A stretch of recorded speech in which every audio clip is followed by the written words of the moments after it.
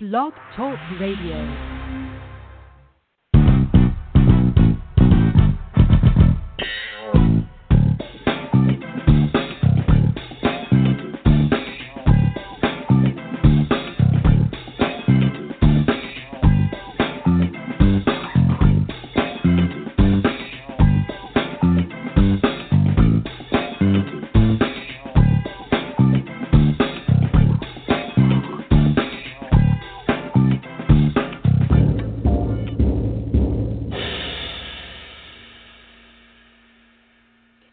Today is Monday, July 23rd, 2018, and this is Foxology. I am Silver Ray Fox, your host. Happy Monday to you. I certainly hope you're feeling it. Happy, that is, of course. And, well, I got something to say, and just in case, here's what I have to say about that. Just in case you're not quite there yet, do your all, give your all to make the rest of the day the best of your day. I know that's not original, but it works for me. It is possible. And of course, I know what life is like, and I know the things that can happen that make you say it's not possible. Things like saying, things just are lousy, everything's going wrong, life sucks. If I didn't have bad luck, I'd have no luck at all. Ooh, wait. Well, I know, as I said, the challenges a day can bring. Yes, I do. And I also know the thing that can bring you out and through it, and that's your mindset. So here's a clue. Even through the agony and pain you may be experiencing, stop having that conversation with yourself. And you might want to stop having that conversation with anybody who endorses and supports you being in an unhappy place. Yeah, people do that. That's why they say misery loves. If you talk to anybody, let it be someone who can lift and encourage, someone who can speak life and wholeness into you, someone who can speak some sunshine into you, someone who can help you get to happy. Do not let your unhappy place become permanent. Do not put an anchor there, and don't put a do not disturb me while I'm unhappy sign out. Yes, I am talking to you, phenomenal man, phenomenal woman. I am talking to you today. And if I haven't said enough, my guest today has plenty to say to you about that, about you being at your best. She is Dr. Anitra Shelton-Quinn. She's a best-selling author of Becoming Incredibly Irresistible, a guide to living the abundant life. That sounds like it's worth listening to, doesn't it? She's a national speaker. She's a keynote speaker. She's a mental health expert. So she knows how to bring out the positive and powerful attributes you possess. You know how I know? Because she is truly a powerhouse herself. Yes, she is. Welcome, Anitra. Thank you so much for having me. I'm excited to be here today.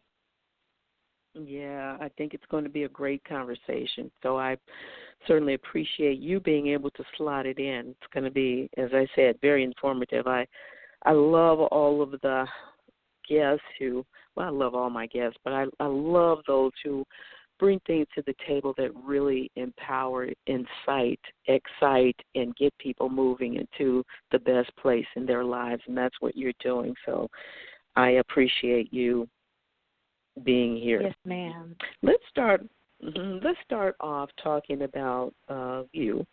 Where do you reign from? I actually reign from Houston, Texas, by way of West Point, Mississippi. I am a Mississippi State Bulldog, my alma mater, and so yes, I come fully equipped with all that Mississippi State has taught me, as well as the other experiences. I did my internship in Houston, Texas, at Cypress Fairbanks ISD, and I'm grateful to have had the opportunity to be in my field for nearly 20 years. So it's been an amazing journey. I'm sure.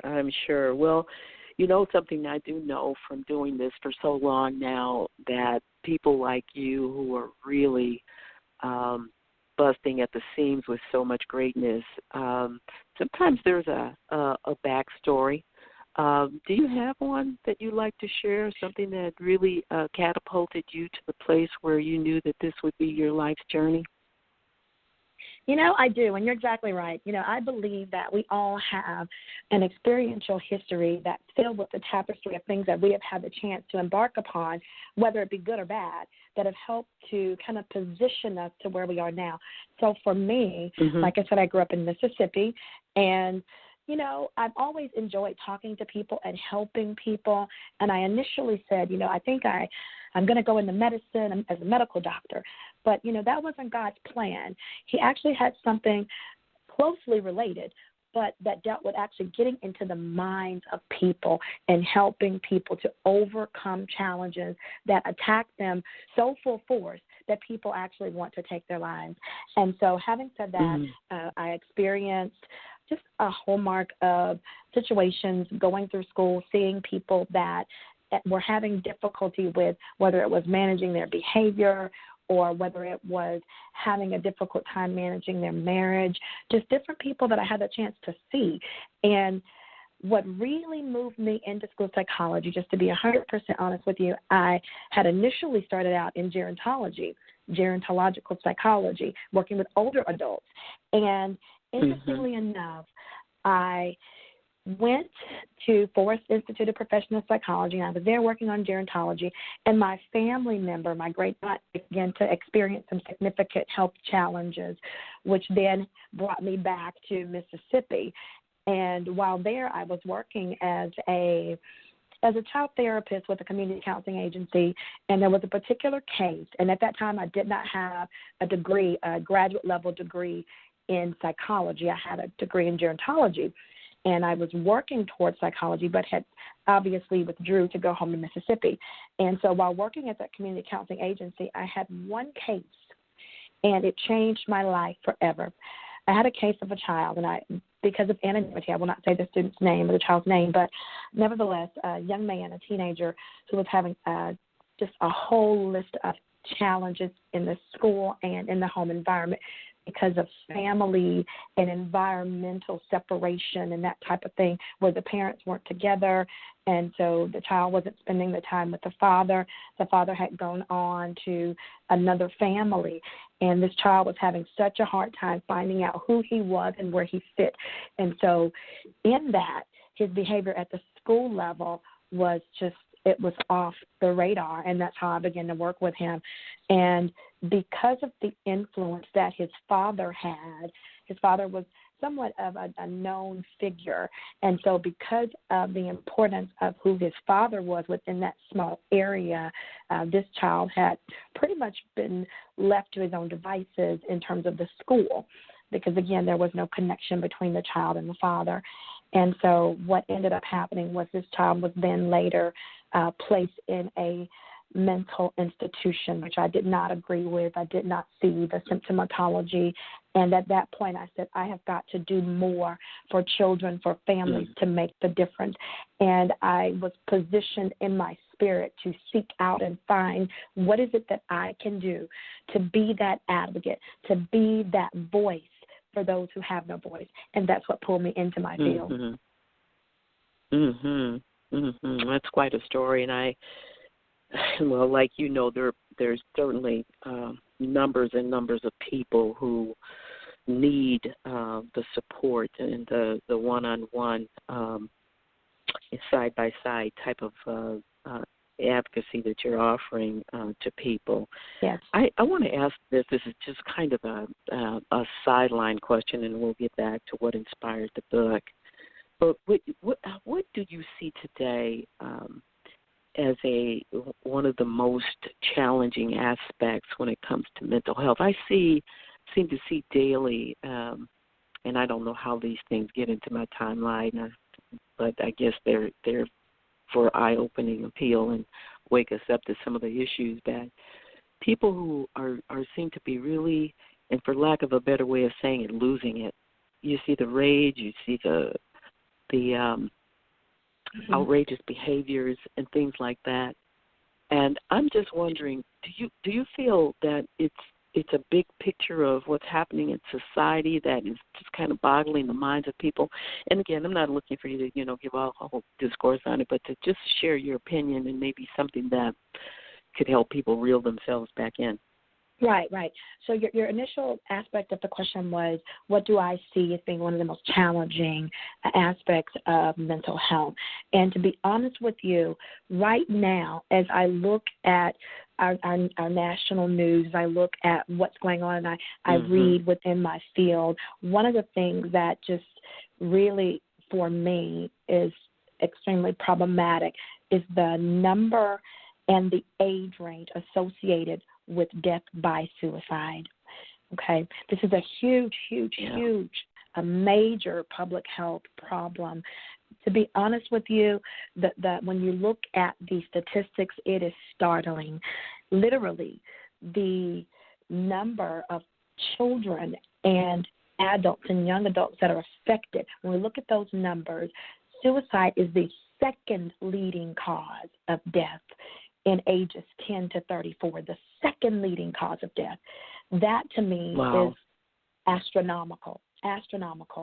And it certainly is. I know that people are affected by the goings on of within our society. I know that there are people that are misdiagnosed, that are undiagnosed. There are people who are not necessarily getting the services that they need. There are people that are living in areas that do not have resources. So when I look at the scope of this thing, and I see that suicide has increased so substantially, I am gravely concerned. And when the question becomes, well, why? Why is it? Well, there are a multitude of reasons, from, again, lack of resources in certain pockets, in certain areas, people not being identified. But then also there has to be understanding that when people say that they want to hurt themselves or they're thinking about it, we have to be able to stand up and be the voice. My question always becomes, was there someone who could have said something? Was there something that could have been said? And so when I always talk to people post these situations or in trainings about suicide prevention, one of the things I want to leave is you want to be a good listener and a good seer. Be a good seer. When people post these things on their timeline, when they post these different things on their timelines, social media is very telling. It's very telling because people tend to use it as a transparency mirror. They just kind of tell off a lot of times. And so many times when we go back and we look at these situations that have occurred horrifically and we start to gauge the person's social media timeline, we see evidence of things. We see evidence. And so I encourage people to be vocal. Find out. Don't be afraid to tell people, I think that it would be good for you to talk to somebody. Don't be afraid to do that. Don't be afraid to be the friend that says, look, I can tell something's going on and you need some help. And look, here's a number to the suicide prevention hotline. I'm going to call it for you. Okay, we have to sometimes pick up the reins and get the process moving because people that are contemplating taking their lives are at a point of hopelessness and helplessness. Be that hope, be that help, just in your voice, just in you picking up the phone to make the difference. Yes. Well, thank you so much for sharing that and encouraging that. It really can be the pivotal moment for so many people, and you're right, we have to erase our own hesitancies and fears about approaching them because it could be the defining difference between life and death for them. Thank you. Well, let's switch gears and talk about your wonderful book, Becoming Incredibly Irresistible. I love that. A guide to living the abundant life. I really do love that. What inspired you to write that book? That book, story, that is an amazing testimony. I have to just tell the story. To be honest with you, I had just accepted a position in Shelby County or Memphis City Schools as a supervising psychologist. I had one son at the time, and we were relocating from Houston, Texas to Memphis, living in a city close to Memphis, actually in Mississippi, that was right there on the border. And so upon taking that position, the district merged, and I was promoted, praise the Lord, to manager of mental health. Now, this is where it becomes interesting. I was in this position, and I kept getting sick. I kept getting so sick when I tell you I just did not know what was going on. So I went to the district clinic right down from my office. I just walked down the hill, and I get to there, and I'm asking about, what's going on with me. And they say, well, we can't see you here because it looks like you're expecting a little one. And I was just as shocked, and I'm like, okay, my 40-plus self, what are you saying? Like, seriously? And they said, ma'am, yes. And I was blown away, of course. And so I remember very vividly, I called my husband. I said, something is going on that I just don't understand. I said, I just took this job, and I've been sick, and now they're saying I'm pregnant. Somebody is making this up. And I was pregnant with our second son. God has an amazing sense of humor. I was pregnant with our second son, who is now 4, okay? And at the time of the pregnancy, because, again, it wasn't as a high-risk pregnancy because of my age, so do the math. I will turn 45 in November, and he is 4 years old. So, yeah. And so the pregnancy, because it was a high-risk pregnancy, and I was having a lot of difficulties. To make a long story short, my water broke in January. My baby was not due until May. And so I went into the hospital. Yes, it broke very early. And actually it broke while I was doing the praise dancing at home because I've been put on bed rest. But I was dancing around to one of my favorite songs at the house, and water broke. And I said, Lord, you know what you're doing. And so I was placed in the hospital for a few months, actually. And during that time, the book began to take manifestation in my mind. And believe it or not, I could not rest without writing in that book. I wrote day and night. I mean, when I say I wrote, I had typed so many texts to self in my phone that were chapters. It was unbelievable. And so literally within a 3-month time, I had birthed this book as well as my baby in March, okay? And is Caleb Elijah. He spent a little time in the hospital, but was able to go home within about 3 weeks, and he's doing great now. But the book came from me being in a place of what some would call a wilderness moment, but I was in amazing spirits because I felt such just an amazing presence of the Lord with me. And I just began to write, and I was seeing people that would come into my room, and they would actually come in for prayer. They worked at the hospital, but my room was the prayer room. My room was the room for word. So if you needed a word that day, you come on in, and Dr. Shelton-Quinn got something for you. And so that's what I did. And so what God showed me was with this book, you have to bridge the application of psychology with biblical principles, because people need to know that they are not so different. They are not so different. There is a psychology of theology, and we have to be able to apply in our lives the things that will work, And so there are chapters on, yes, ma'am, there are chapters on purpose. There's a chapter on that. There's also a chapter on overcoming things like unforgiveness and life challenges. I mean, there's so much.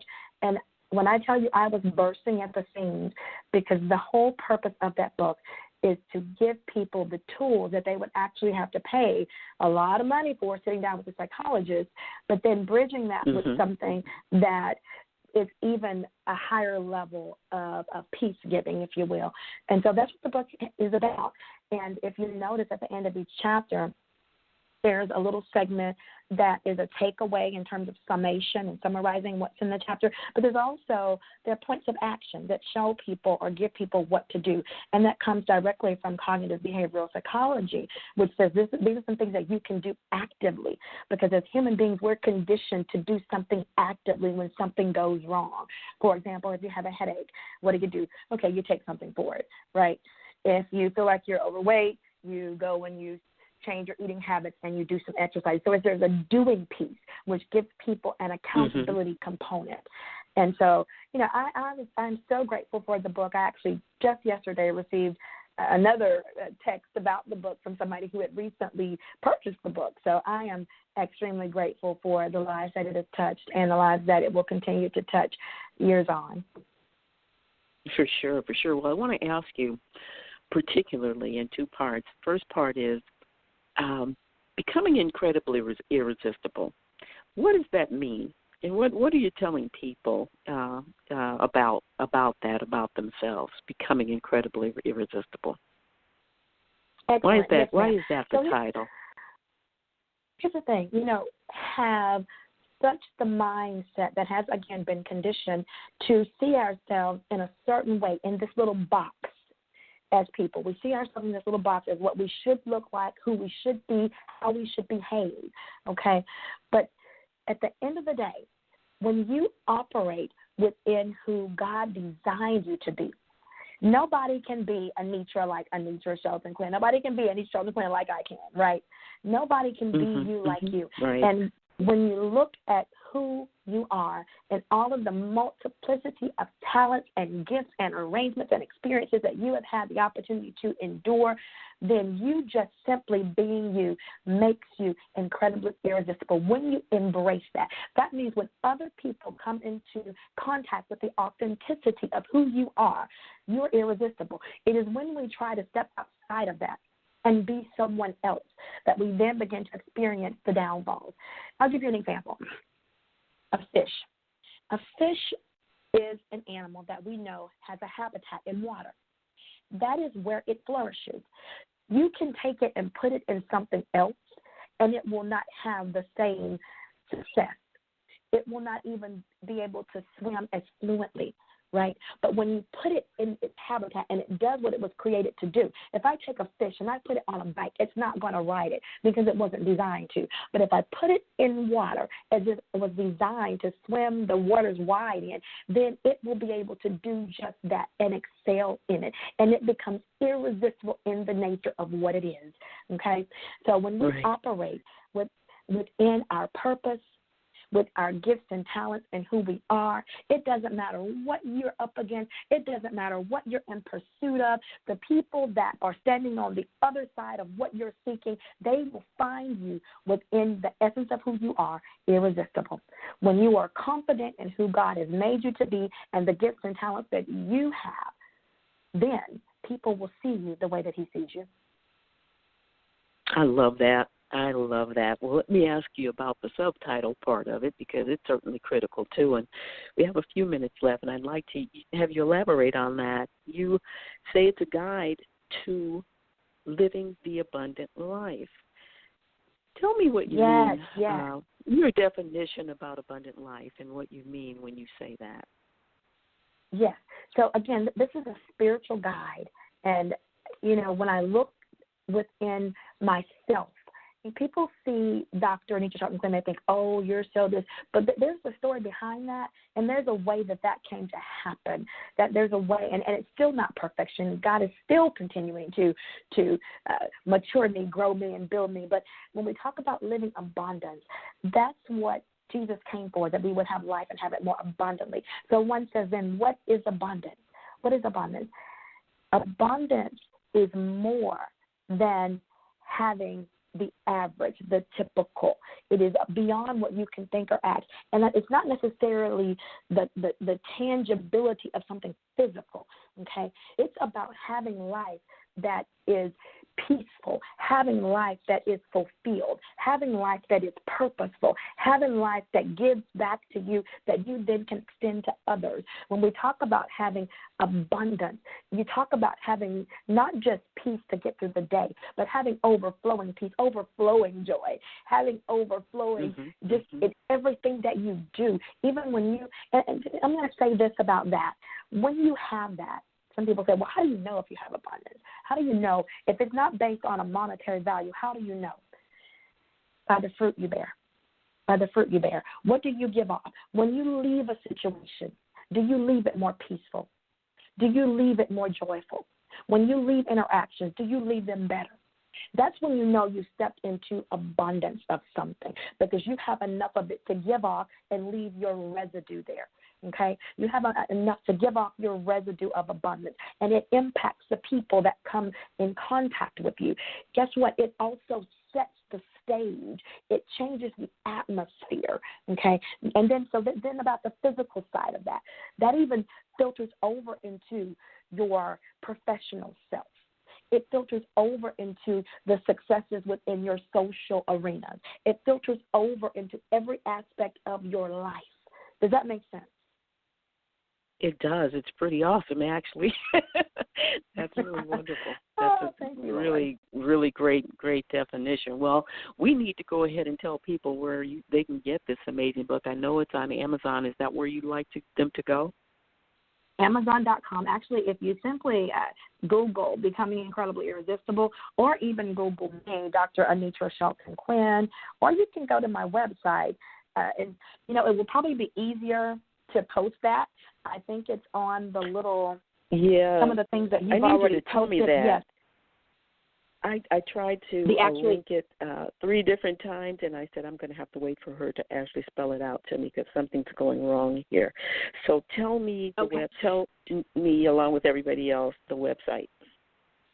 Great. Okay. I know a lot of people are accustomed to putting the www dot, and that's probably what you did, but it's actually https : the / type of address. So you would put that piece in, and I have to type it in myself, believe it or not, just so that, so https : / doctor, there's no dot, it's just Dr. Anitra, A-N-I-T as in Tom, R-A, Shelton, all one word. Dr. Anitra Shelton is one word, -Quinn.com, and it will come up for you. Okay, well, I'll play around with it a little bit more, but I did try at least 3 I will send you the link. Okay, that'd be great. That'd be awesome. Do that.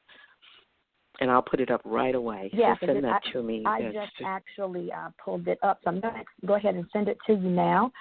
Because a lot of times people will put that dot in there after my name, after doctor, or they will put the www dot. So you should be able, I just sent you the link. So if you click on that, you should be able to get to it with no problem.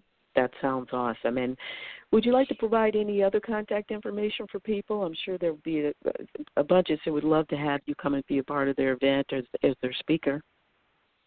Yes, that would be great. So you can actually book through my website, or you can contact me at 832-302-7022. You can contact me directly, and I'm happy to accommodate.